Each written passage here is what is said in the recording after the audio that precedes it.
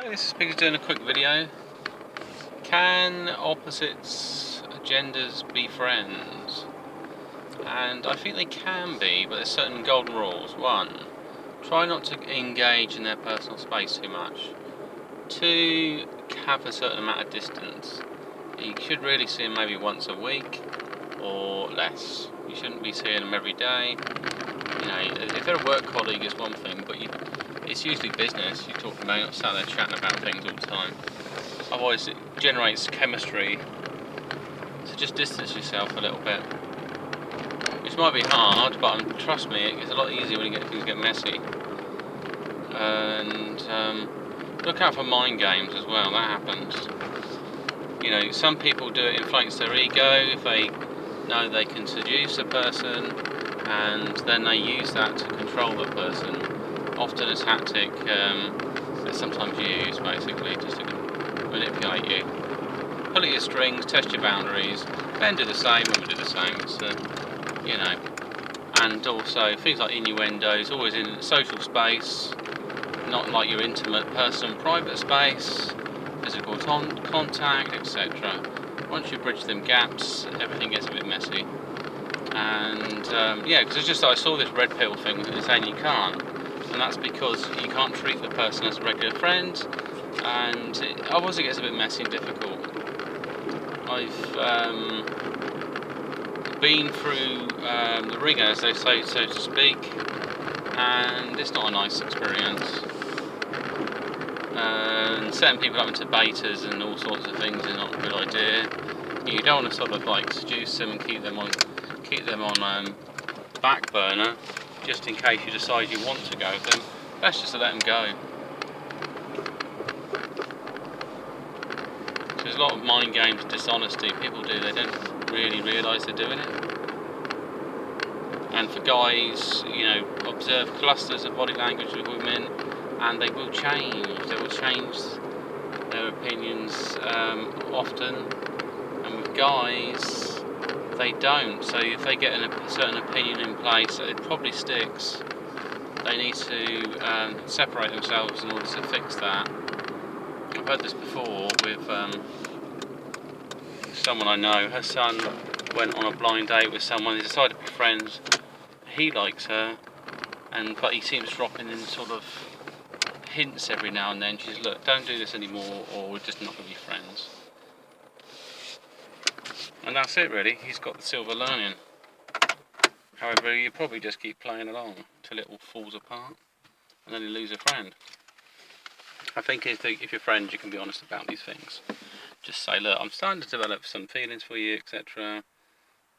Without making you feel upset or whatever, what's your kind of thing? And then if it's like they were, so I don't feel the same, that's cool. And then we probably need to take a break, and I just need to focus on other things, and that's fine. I mean, some friends I don't, sweetheart friends, I don't speak to years on end, and yet I've probably spoke to them quite frequently.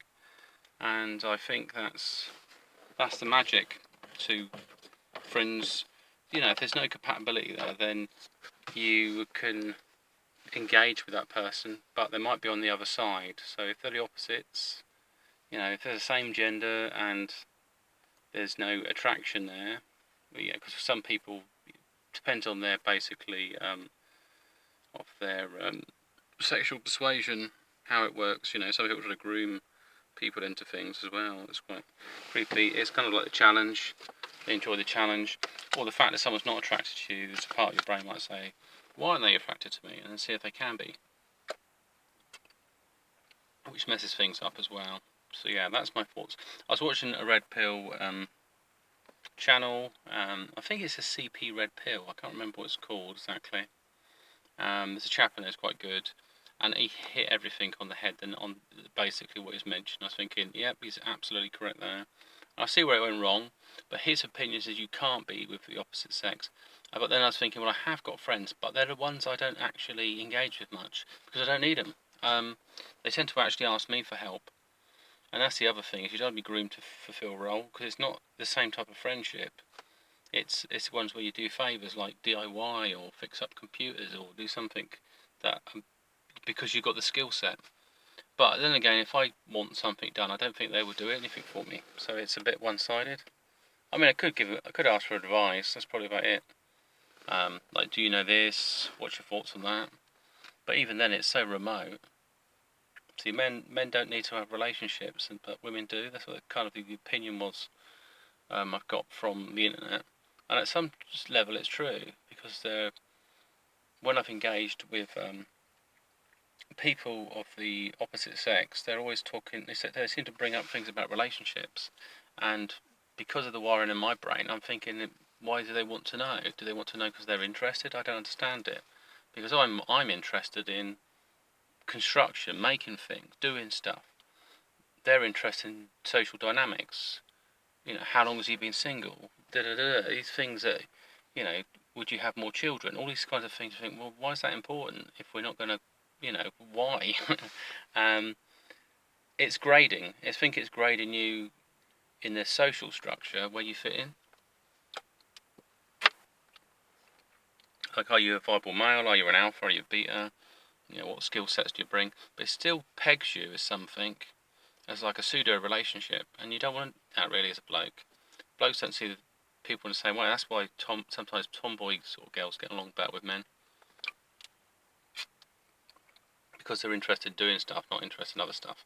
That confuses it, and also the wiring in men's brains more logic than reason most of the time, and the logic doesn't have the power to reason. So somebody says something quite sincere in your personal space, you likely register that as a serious interest, and you won't forget that. You have a long-term memory on. See, men, they remember things in singularity. Women are interested in events and history and everything else. So they might bring up stuff of the past, but men will remember things they've done, but they might not remember the effect it had on other people around them. So they remember things as skill sets to show that they can redo that. Survival things. It's just a selective memory, like selective listening. It's like, somebody might have said a lot of things, but they've only picked out certain points of the conversation. It's to say, well, weren't you listening to what I was saying about, Auntie Flo or whatever? It says, no, because I remembered we were going to go out shopping in about a few hours' time, and I was thinking, we need to do this when we're out and stuff like that. And, don't you multitask? No, I need to actually focus on getting a task done, completed, and then the other multitasks fall in after that. So it's different dynamics of the sexes, basically. So, yes, you can be friends, but you have to give each other distance, and you have to basically obey certain basic laws. If the rules get broken, like somebody's touchy-feely, they're making suggestive comments, and so on, you just need to pull away from them. And that's that. Anyway, this has been Sign Off, and speak to you soon.